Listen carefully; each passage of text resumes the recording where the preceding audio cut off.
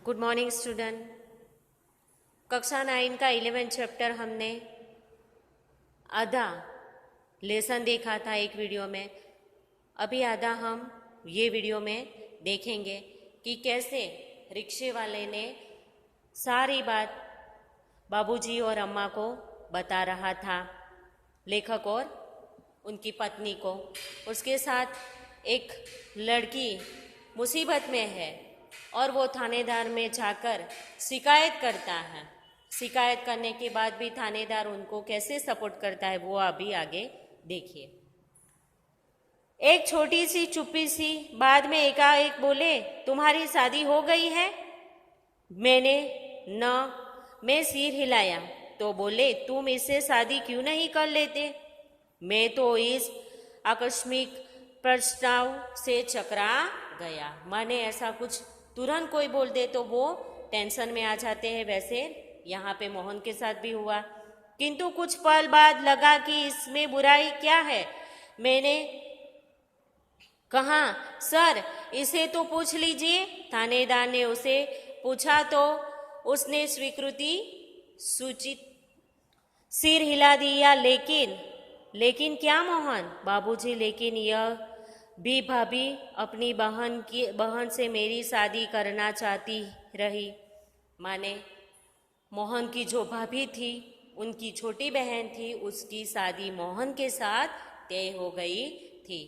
बात तय हो चुकी थी। फिर बाबूजी, मैंने सोचा भाभी जी की बहन से तो कोई भी अच्छा आदमी शादी कर लेता, वहाँ कोई संकट नहीं है। लेकिन इस लड़की की तो जिंदगी खतरे में है। लड़की सुंदर भी थी, परिचित भी, और सबसे असम बात यह कि वह संकट में है।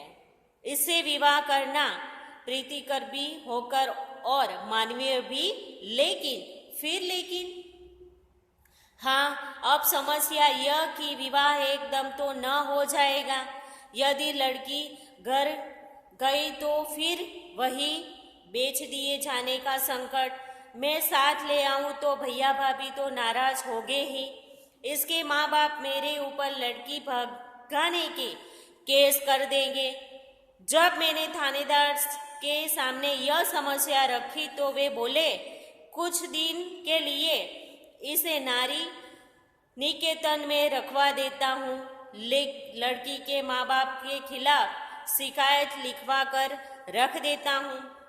15 दिन के बाद उन्होंने मंदिर में उससे मेरी शादी करवा दी। वो थानेदार ने मोहन को बहुत अच्छे से समझा और बाद में उनको क्या किया तो शादी करवा दी। मैंने कहा, मोहन ऐसे थानेदार कहाँ होते हैं? मुझे तो इस घटना का विश्वास ही नहीं होता है। लगता है कथा सुन रहा हूँ। बराबर, लेखक कह रहे हैं कि मोहन ऐसे थानेदार हकीकत में होते हैं, मुझे आज पता चला। आप सही कह रहे हैं बाबूजी, लेकिन यह थानेदार कवि भी है। कवि सम्मेलन में कविताएं पढ़ता है और इसकी कविताएं मानवीय संवेदना से भरी होती है। हाँ, तब ठीक है भाई, हर क्षेत्र में कोई ना कोई मसीहा दिखाई पड़ ही जाता है। हाँ, तब यह कि मेरे भाई भाभी मुझसे खफा हो गए और हमें घर से निकाल दिया। एक तो मैंने उसकी साली, बच्चों नेक्स्ट पेज,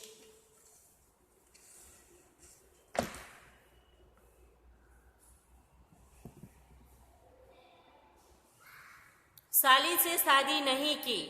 दूसरे जिस लड़की से की वह किसी और जाति की थी। बराबर, यहाँ पे दो परेशानी थी कि वो लड़की जो भैया की साली थी उसके साथ उसने शादी नहीं की, और यहाँ पे मोहन ने जिसके साथ शादी की वो और कास्ट की थी, और जाति की थी। तो तुम लोग ग्वालियर आ गए। बराबर, यहाँ पे कहा इसीलिए हम ग्वालियर आ गए। हाँ बाबूजी, आगरा में हमारा निभाव होना कठिन था। पराये शहर में भले ही कोई अपनापन न हो, किंतु यह अपनापन और परायापन उस अपनेपन से अच्छा है न जो दिन रात अप्रीतिकर व्यवहार बनकर तन मन को उद्वेग करता रहे, माने वो चिंतित रहते रहे। उससे अच्छा है कि हम ही वहाँ से निकल जाए। हाँ, सही कह रहे हो। तो यहाँ कोई नौकरी तो रखी नहीं थी, बस ऑटो का दामन थाम लिया और उसी के सहारे चल पड़ा हूँ। वास्तव में तुम बहुत बड़े हो मोहन। बड़े बड़े लोग तो नारी हित में बड़े बड़े लेक्चर देते हैं, लेखक कविताएं लिखते रहते हैं, किंतु अपने व्यवहार में नहीं उतारते हैं। लेकिन तुमने तो बहुत सहज भाव से एक लड़की को दुर्दशाग्रस्त होने से बचा लिया। आप अपने जीवन के साथ उसे सम्मान पूर्वक लगा लिया। बराबर। मोहन तू बहुत बड़ा है, ऐसा यहाँ पे कवि के लेखक कह रहे हैं। बाबूजी, इस कार्य से मुझे भी बहुत संतोष मिला। मैंने तो एक बार उसका उद्धार किया, किंतु वह तो प्रायः मुझे संकटों से उबारती रहती है। मोहन की यह कहानी हम पर छा गई और वह हमारे मन में इतना बड़ा हो गया। गाड़ी का समय हो चुका था। मोहन हमें लेकर स्टेशन आ गया। उसे मैं 500 रुपये का नोट देने लगा। वह बोला, रहने दीजिए बाबूजी। अरे, यह तुम्हारा पारिश्रमिक है, कोई दान छोड़े थोड़े ही दे रहा हूँ। बराबर। यहाँ पे कह रहे हैं कि तेरा ये परिश्रम का फल है। बाबूजी, मैंने माँ बाप का प्यार नहीं पाया। कल से ही लग रहा है कि मुझे माँ बाप मिल गए हैं। इस सुख के आगे पैसे का तो कुछ भी मोल नहीं है। पैसा तो और लोगों से कमा ही लेता हूँ बेटे, लेकिन मेरी भी तो सोचो, मैं बेटे का शोषण कैसे कर सकता हूँ। लेकिन यह तो बहुत है, इतना लूँगा तो आपका शोषण हो जाएगा। यह कहकर वह 500 का नोट लेकर 300 वापस करने लगा। बोला, मुझे इतना पराया न कीजिए बाबूजी। हाँ, जब भी ग्वालियर आएंगे तो मुझे बुलवा दीजिएगा। मेरा फ़ोन नंबर तो आपके पास ही है। लेकिन मेरी एक शर्त है। वह क्या बाबूजी? ये 500 रुपये चुपचाप तुम्हें लेने ही पड़ेंगे। उसने 300 रुपये अपने जेब में रख लिए, जैसे कह रहा हो, यह कैसी शर्त आपने रख दी बाबूजी? कुछ क्षण बाद बोला, बाबूजी, आपका फ़ोन नंबर तो मेरे फ़ोन पर आ ही गया है। कभी कभी फ़ोन करता रहूं क्या? हाँ हाँ भाई, शौक़ से, मुझे अच्छा लगेगा। लेकिन आपका नाम तो मैंने पूछा ही नहीं।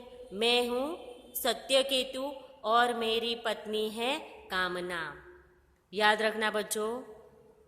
और जब हम स्टेशन से अंदर जाने लगे तो वह आंखें में न जाने कितना अपनापन लिए हमें निहारता रहा।